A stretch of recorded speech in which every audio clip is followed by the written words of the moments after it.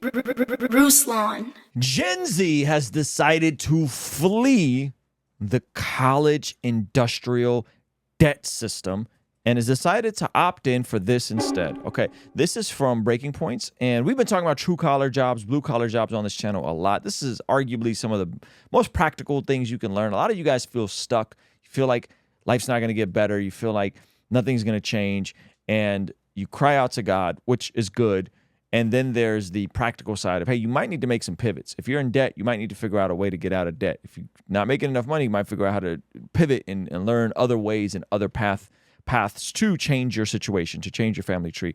And so this idea of blue-collar, true-collar jobs has been huge, and it's super duper important. I think it's actually very practical to a lot of people struggling. So Breaking Points decided to cover this. Gen Z ditches college for blue-collar work. Let's jump into it. We wanted to put some good news, actually, in the show. There's been an astounding development amongst Gen Z. Even though a lot of people are very concerned about their political views and maybe their online phone usage, it seems that they're a lot more sensible than my millennial generation whenever it comes to employment. Let's go and put this up there on the screen. Quote from the Wall Street Journal, how Gen Z is becoming the tool belt generation. More young workers are going into trades as disenchantment with the college track continues, rising pay and new technologies shine up plumbing and electrical jobs. Let's actually go to... Let's go! That's kind of great. If you are moving towards a tech trade, blue collar, true collar job, I want to hear from you guys. I want to hear what you're doing and how are you doing at it? Do you enjoy it more? Because I think so many people are conditioned to believe you got to go to college, you got to get a nice clerical office job, sitting down all day. And Gen Z seems to be waking up and is calling cap on this nonsense.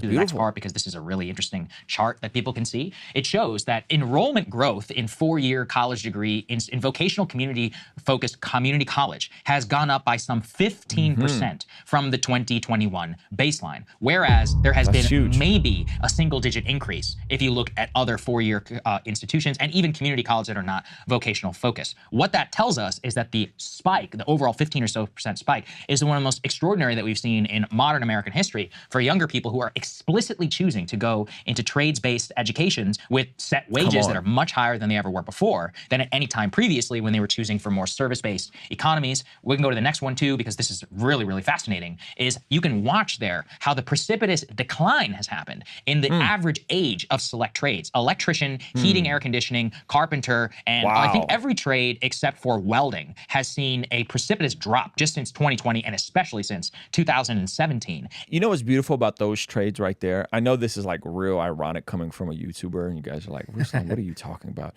The reality is, like, electrician, carpenter, heating, air conditioning, refrigeration, mechanics, installers, welding, soldering, and brazing works, plumbers. These are the people I need desperately when something goes wrong.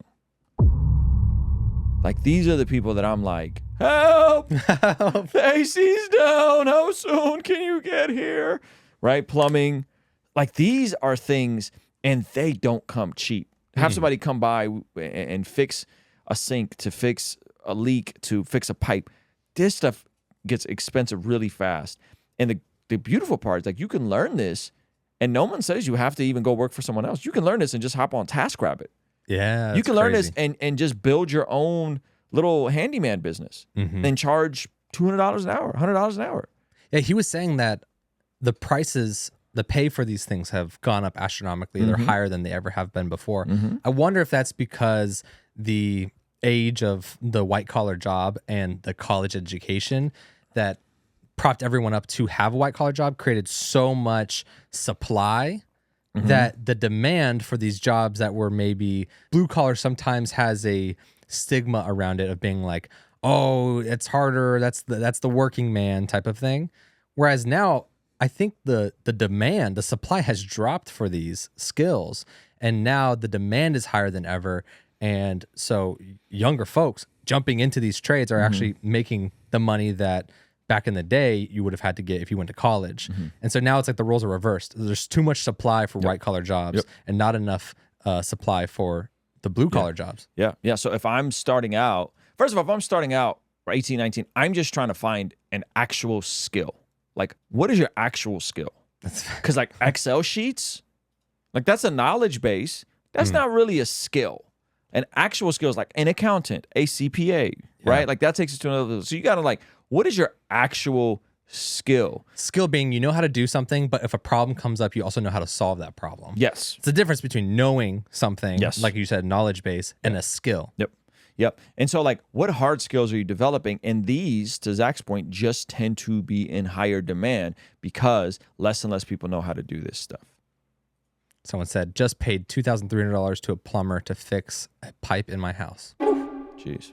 Age of the people who are engaged in the trades, Crystal. And the main thing that comes through in this piece over and over again on top of the data is that people believe a couple of things. Number one is that the wage premium for college is no longer worth it. That is absolutely 100% true. But two, and even more interesting to me, young people are sitting there, 18 years old. They're looking at AI. They're looking at the productivity gains that are being rolled up into the stock prices of these big tech companies. And they're saying, yeah, you know what? The one thing you can't AI is plumbing, welding, having a job as an auto mechanic, having a job as an EV technician, having a job as an electrician. They're always going to need that. If anything, that's what's going to build the backbone of the future economy. And they're choosing to make that choice. And I think they're setting themselves up for a much easier. AI is going to put a lot of people out of business. Dag, you think so?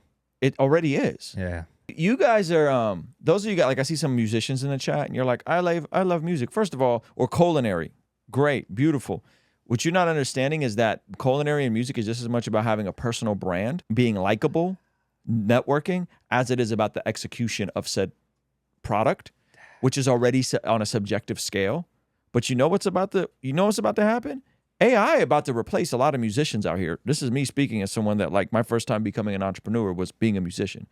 Because these labels are already having these false flags with streaming farms and taking stuff down and DistroKid and the whole mess there. The moment they can introduce AI Drake and it be legit, it's going to be a wrap for a lot of people because AI will just make, I mean, look at what's happening with design. Look at what's happening with art. Look at what, like, Copywriting. Yeah. So you can't, like, everyone thought that automation was going to replace the hard skills first.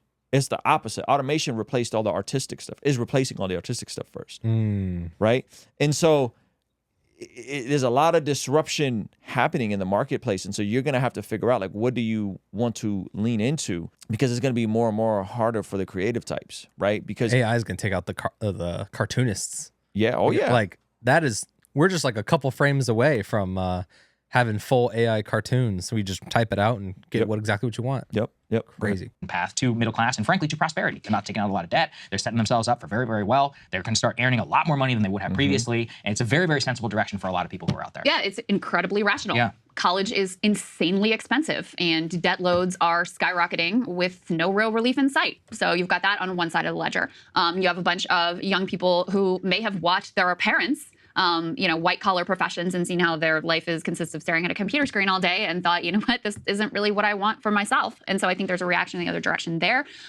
There's also tremendous demand in some of these trades where there had been previously a crisis of a lot of older journeymen who were, retiring and there wasn't a clear pipeline of new young talent to replace them. Well, that is now reversing. And you pointed to the pay. So in this piece, they point out that the median pay for new construction hires actually rose 5.1% to $48,000 roughly last year. By contrast, new hires in professional services, so like your sort of traditional white-collar job out of college, earned an annual $39,000.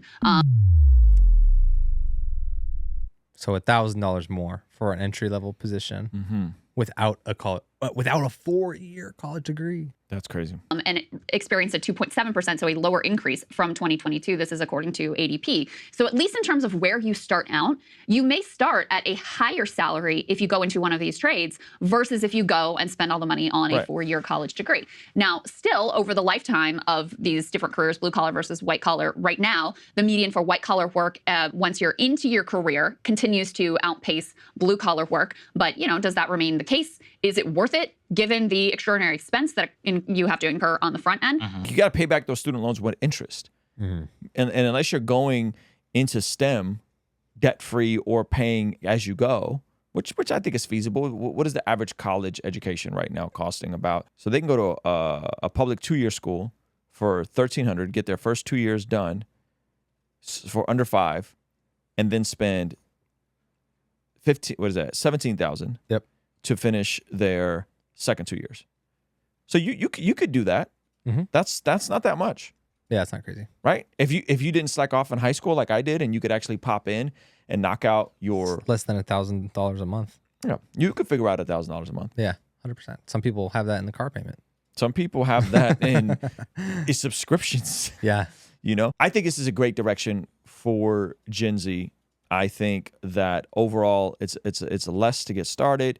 You make more when in the beginning of your career, and then as things continue on, I think there's more stability in the blue collar, true collar jobs. So my question to you would be, if someone is just getting into the career field, do they go 100% in and try to start their business, or do they go develop a useful skills, and then that $100,000 a year they make as a plumber, use 50 of that to start a business? Yeah, a lesson I've always learned is never start a business around something you're not an expert in yet. So like I had a little hobby farm, which I was going to grow microgreens. And I've grown them on this grow rack, and I was going to sell them in containers for like $6 or $7 a piece or whatever. And I slowly learned that trying to learn a new skill and monetize it at the same time is extremely difficult, and usually you're going to have some sort of quality hiccup or issue. I would say go get the job, because one, you can get it young, right? Go get the job, become amazing at it, have years of experience under your belt, so then you're also creating a community with other people in your trade that then, as they start their own businesses, you guys all refer each other business. You're all doing your own thing. So then eventually you grow beyond your job, and that's how you make the money. Thank you so much for watching that video. Guys, I believe that one of the best ways you can build a business is by first building a platform online. So Zach Sparazzo put together a free training for you on the #1 metric you can be looking for to explode your YouTube platform. Click the link in the pinned comment below so you can start that now. All right, I'll see you over there. Peace.